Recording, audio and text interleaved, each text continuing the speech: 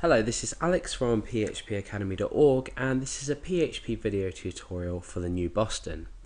Now in this video tutorial I'm going to be talking about code indentation, what code indentation is and why it should be used.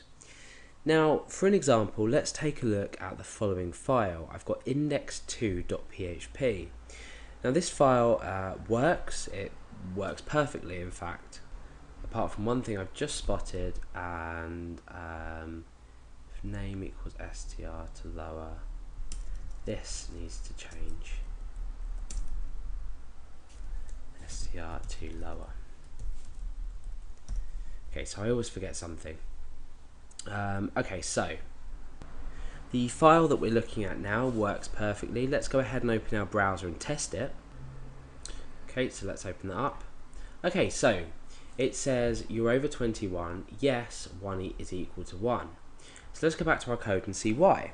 So if the name, the string name to lower, blah, blah, blah, it doesn't really matter what the code looks like, is equal to Alex, then do this, echo this part of the code, otherwise say you're not Alex. So if we change this name here to say Dale, and we refresh, it says you're not Alex. So the code works, that's essentially all we need to know for now.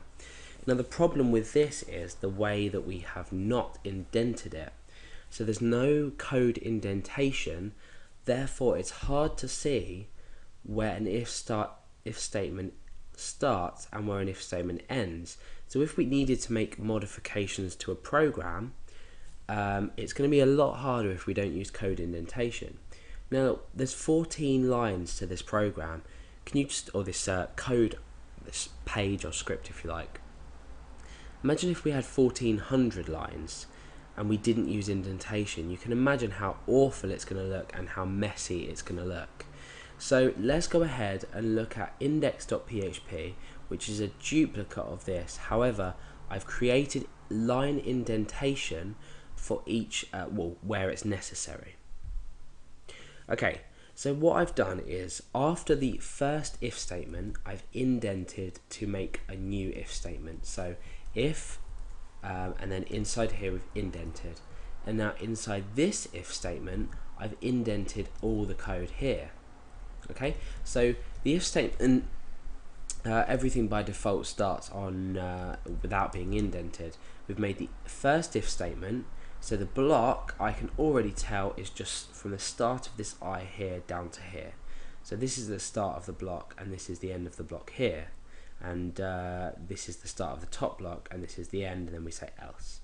So inside of this block here where we're saying is age greater than or equal to 21, this is inside. And we can automatically tell that because we've got straight down here, straight down here, and straight down here. And then we've indented just the echo inside of here. So you can see how code indentation makes a whole lot of difference when you're trying to view a file. So for example, if I want to say if age does not, saying if age is greater than or equal to 21, I want to say, well, maybe I want to create an if else statement rather than just an if statement.